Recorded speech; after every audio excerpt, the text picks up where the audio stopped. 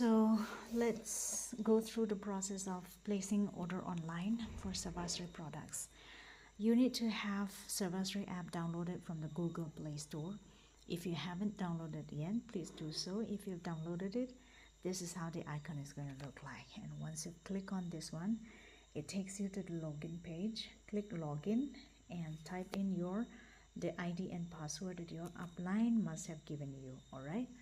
In this case, I'm going to type in my ID and password. Let's imagine it says 0282701 and type in my password like this. Login. Okay, it launches to the IBO dashboard.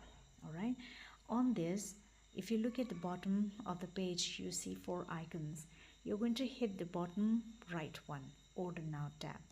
Once you click on the Order Now tab, it takes you to the search product screen. On the search bar here, you're going to type in keyword of the product that you're looking for. My system is a little slow today, so please bear with me while I do this. Okay, here we go. You can either go to the categories like this.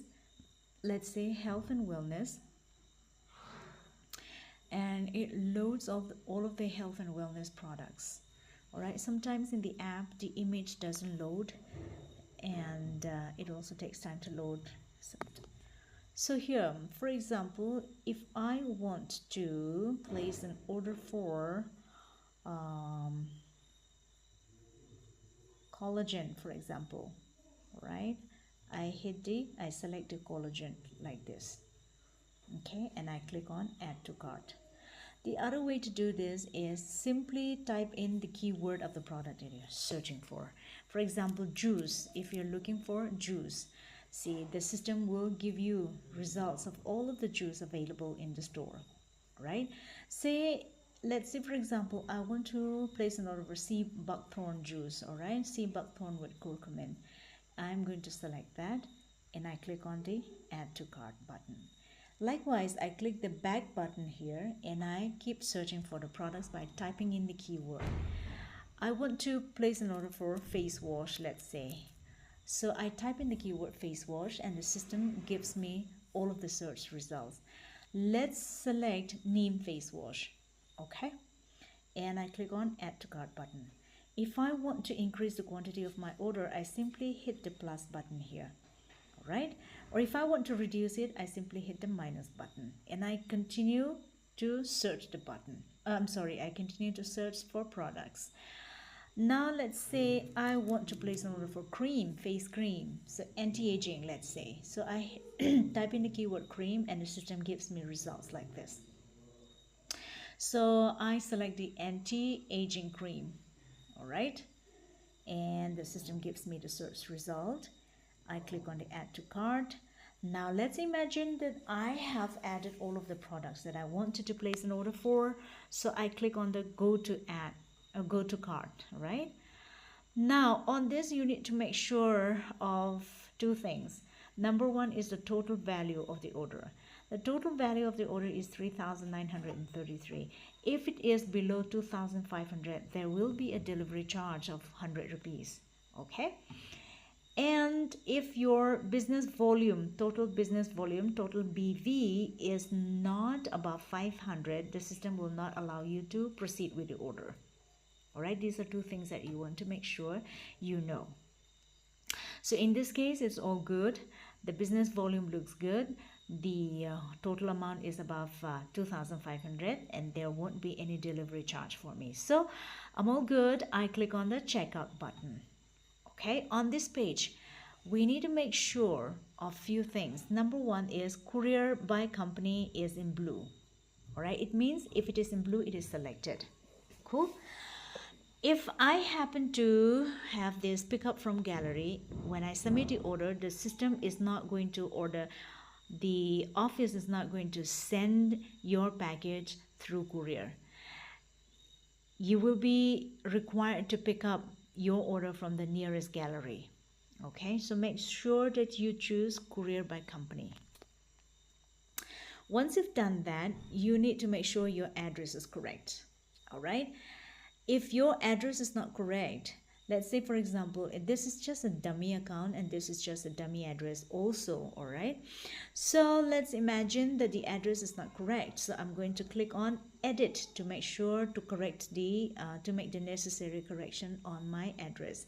Let's say I type in the city Tamenglong, district is Tamenglong, and the address is, let's say Green Valley, let's say ward number 4. Okay, let's imagine that this is my complete address. The phone number is correct and my email address is correct. And if my billing address and the shipping address, if I want the products to be shipped to the same address as billing address, what I do is I click on the same as billing address. I put a check mark on this little box here. Cool. Once I'm done, imagine this is your billing address. You are the account holder. You are the owner of this, or you are the distributor who owns this account. But if you are placing an order for a relative or a friend who lives somewhere else, and if you're ordering for that person, what you do is you're going to uncheck this box and you are going to type the name and the address of the person you are sending the package to. All right, but in this case I'm placing an order for myself, so I'm going to put a check mark here. Cool. And I click on the proceed button. Now the address is updated successfully. I hit the proceed button. On the next screen, you need to make sure that you choose the right payment type. Okay, and it's loading. Let's wait for some time.